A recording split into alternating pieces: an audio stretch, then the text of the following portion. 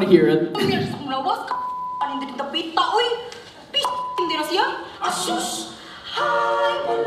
What up, Bicon? No. You guys, you are making me work on a Saturday. What up, Bicon? Exactly, there we go. There's the energy we need. This was the first viral video we've ever made. This video got 800,000 views overnight and 3.8 million views today. This is one of the proudest things I've ever done, but it's not because of this number. Forget the numbers. Numbers have no feelings. We are proud of this because we made this girl's dreams come true. Malaya was working a 9-to-5 job that she didn't like for minimum wage. And within 6 months, we took her and we gave her brand partners with some of the biggest national brands, including Lazada and Chowking. We also got her to quit her day job, and she became a DJ on one of the biggest stations in the Philippines, Love Radio, and she got a regular slot on the longest running noontime show, Eat Bulaga. Oh, thank you. I don't really know where I'm supposed to point this thing. I've never used one before, obviously. But see, the thing is, that was great, but it hasn't always been unicorns and rainbows. Sometimes it's been camels. This was the first issue that we've ever had, and the first time that we saw the wrath of the internet. In this video, we created a video called Pinoy Dance Crazes of the 2000s, and she wore these pants that were unflattering and made her look like she had a camel toe. Malaya, she bawled, dude, she cried, and I had to give her a little reality check. The thing about me is, if you're looking for sympathy, I am not that friend. Do not call me for that. I am the friend that will drop you a truth bomb. And the truth bomb about this industry is, the bigger you get, the less of a human you become. That is the sad reality of our industry. So see, the thing is, when you get big, you become people's idols. People look up to you. Some people will look at you as a god, like I do to my Lord and Savior, Beyonce. You become a household name, and in essence, from being a household name, you become a product. And you become a brand. So, but David, I'm not a brand, I'm not a product, I'm a human being, I'm an artist. Yes, you are a human being, you are an artist, but you have to understand the fact that you are also a brand and you're also a product. And there's a danger here when you shy away from business. When artists shy away from business, if you don't control your business, it will control you. If you don't control your business, it will control your art. But don't take it from me. What do I know, right? Take it from one of the people I idolize the most. Who is this guy? David Bowie. The Xers and the Boomers are shaking, you guys. Good thing you know him. This is David Bowie. What happened to David Bowie was, he was already one of the biggest rock stars in the world. He was touring the world, living in a penthouse of the Plaza in New York, and he realized he had no money. His management had been taking all the money from him, which affected his art. And so he decided he was going to take control of his business. And he decided that when I'm an artist, I'm 100% an artist. When I'm a businessman, I'm 100% business. So if it's good enough for Bowie, it should be good enough for you. So the thing about Cebu specifically and how this applies to it, Cebu has a lot of creatives, right? But Cebu has just started its creative industry. Cebu has entertainers. We do have a lot of entertaining people, but we have no entertainment industry. And why do I say that? To have an industry, money needs to flow around. These artists and these creators need to be able to quit their day jobs. So there is a gap between creatives and artists and businesses here in Cebu. They don't get along and they don't see eye to eye. And that's the whole goal of BAI TV, to jumpstart the entertainment industry in Cebu. So, I made this clickbait title for you guys, How to Make a Social Media Star in Cebu. Because I'm not going to presume to understand the market in Manila. I'm not going to presume to understand the market globally. But I do understand this market and everything south from here, which is a completely different market. And I'll explain why.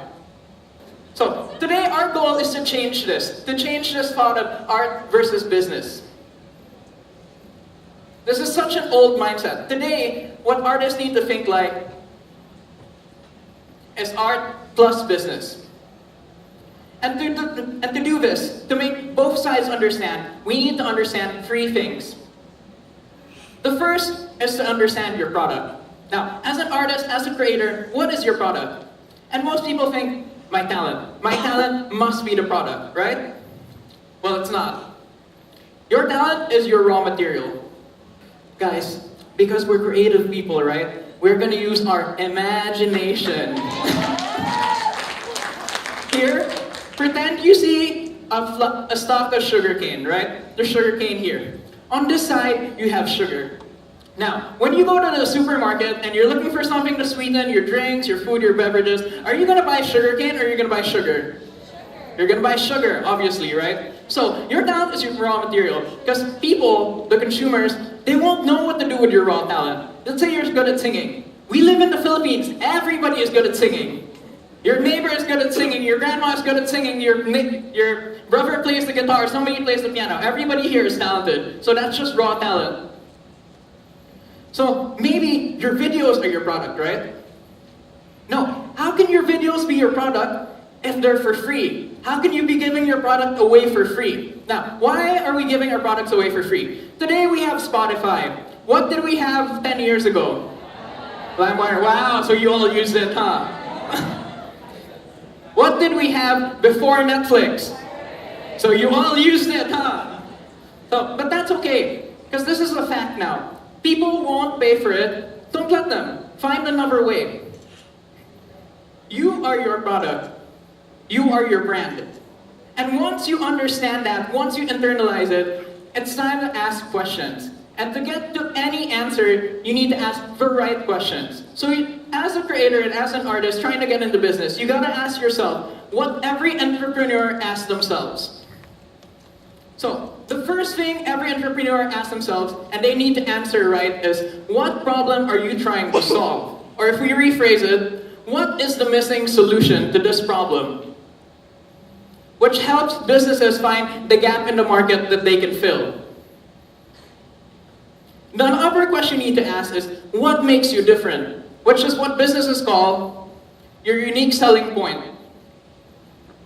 And lastly, where a lot of artists and creators make the mistake of, ask yourself, what resources do you have?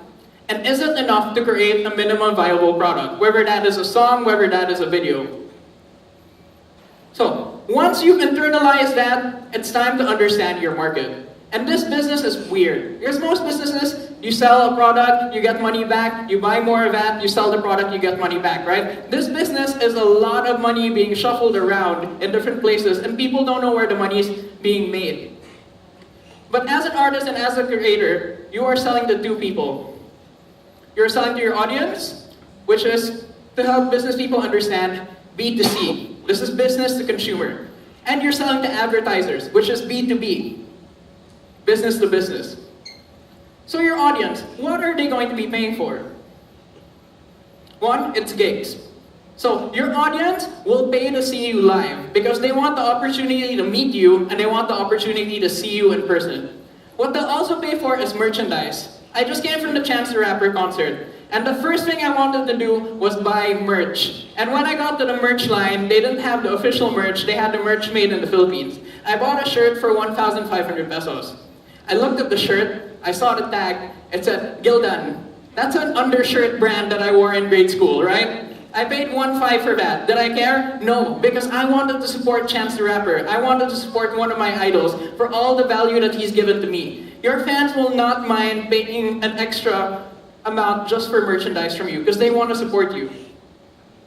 So when you're looking at your fan base, what you need to understand about this market is your demographic. So what is your target demographic?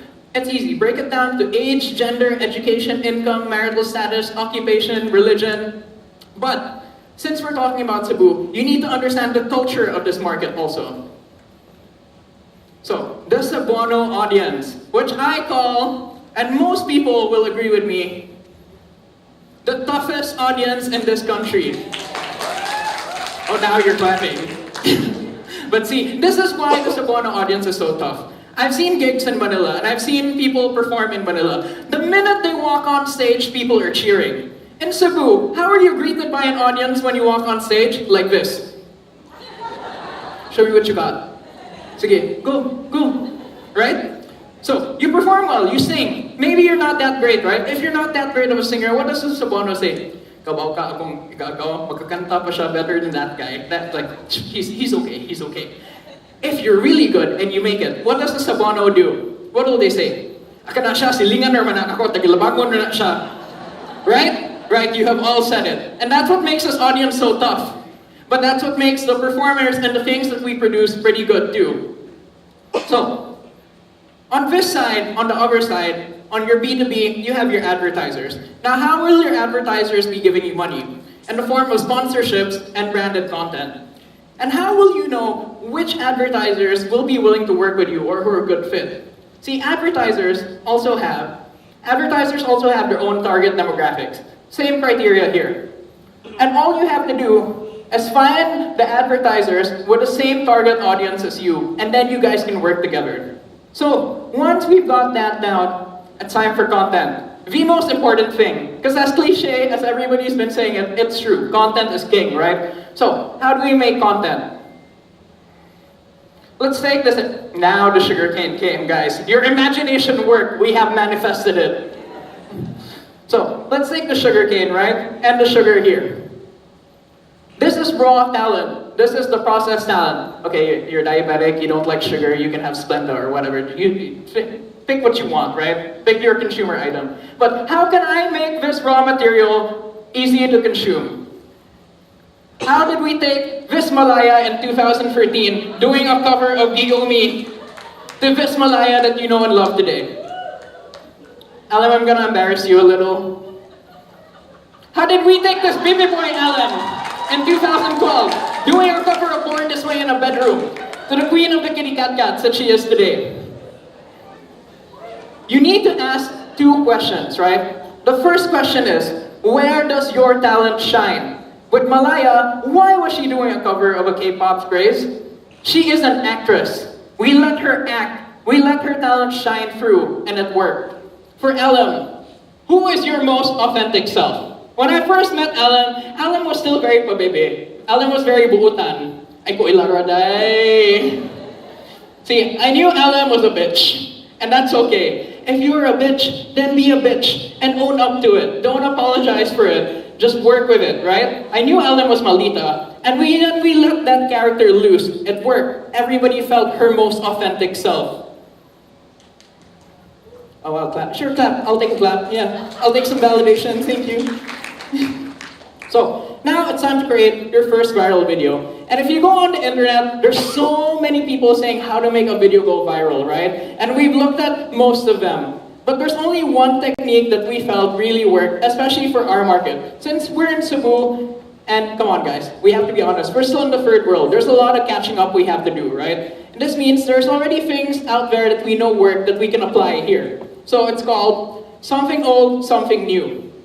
But it's not just something that we do here.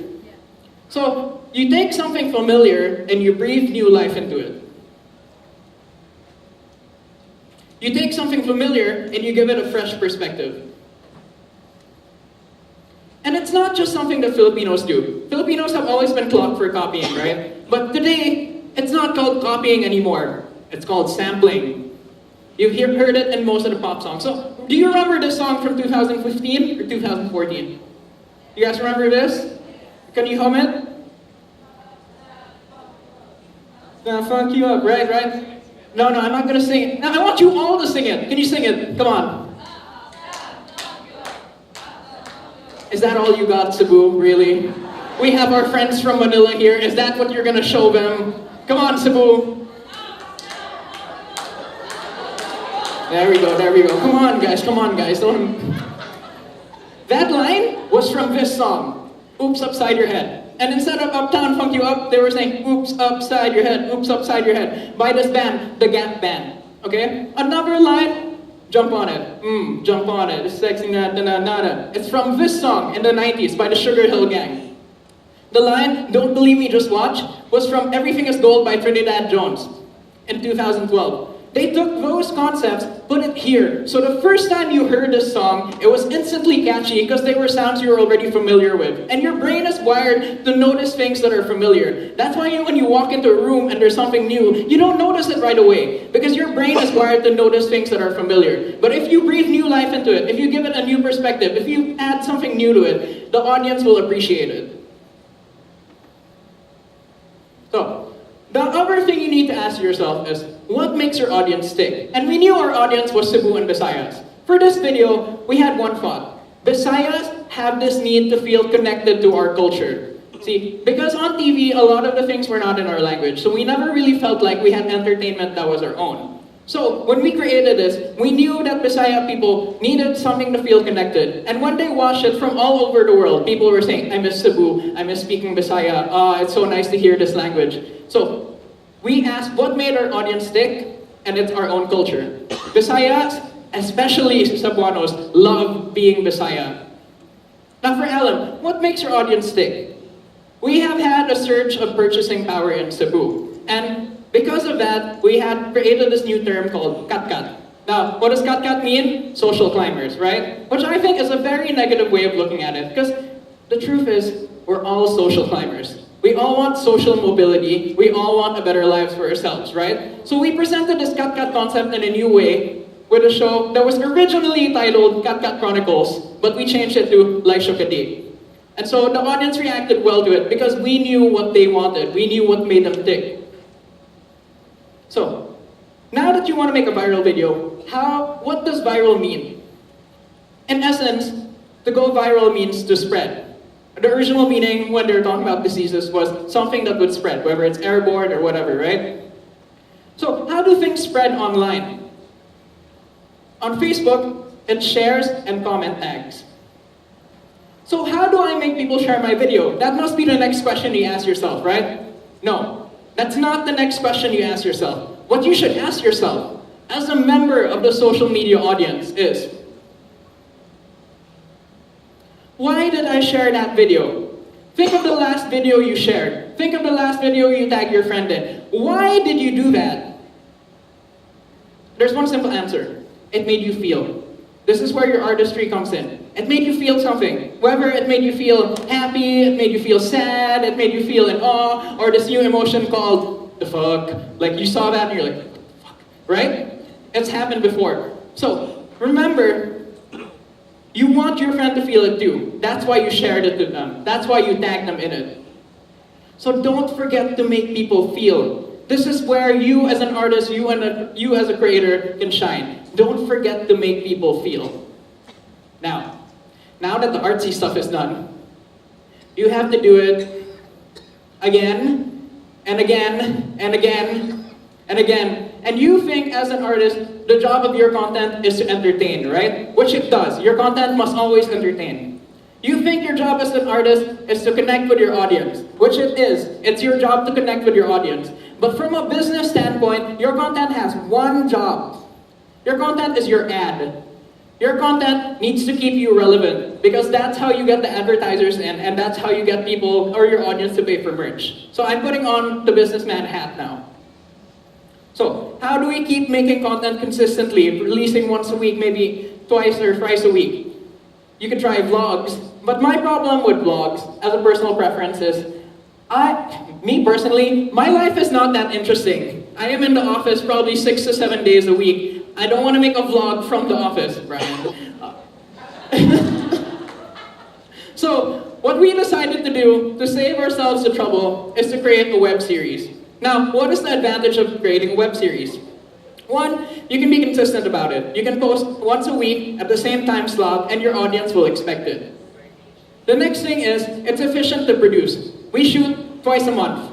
That way, every night we shoot at the start of the month, we can release for 2 weeks, and then we shoot again, and then we can release for the next 2 weeks. And if anything needs to be adjusted in that time slot, then we can. The other thing is, you can have a clear theme and branding. Now, most people think that's just the look, but we have created catchphrases on our shows that have turned to memes and have turned into lingo that you use in your daily basis. When we had Malaya, it started with orbs, with sis, with Zai. With Alam, what do you all say now? Oh, wow, there you go. So, with web series, you'll also never run out of things to write because you pull it out of your own imagination. Or sometimes you pull it out of things that you observe. And why I prefer doing web series, you make stories. You don't chase stories. Because chasing stories and chasing relevance is tiring. Sure, of course it's important and you can do it. But this way, you don't have to catch everything that's trending. This way, you can make things trend. So, once you understand those three things, if you are an artist or a creator and you have gotten those concepts down, give it a shot. And if it works, message us. We'd want to work with you. Thank you.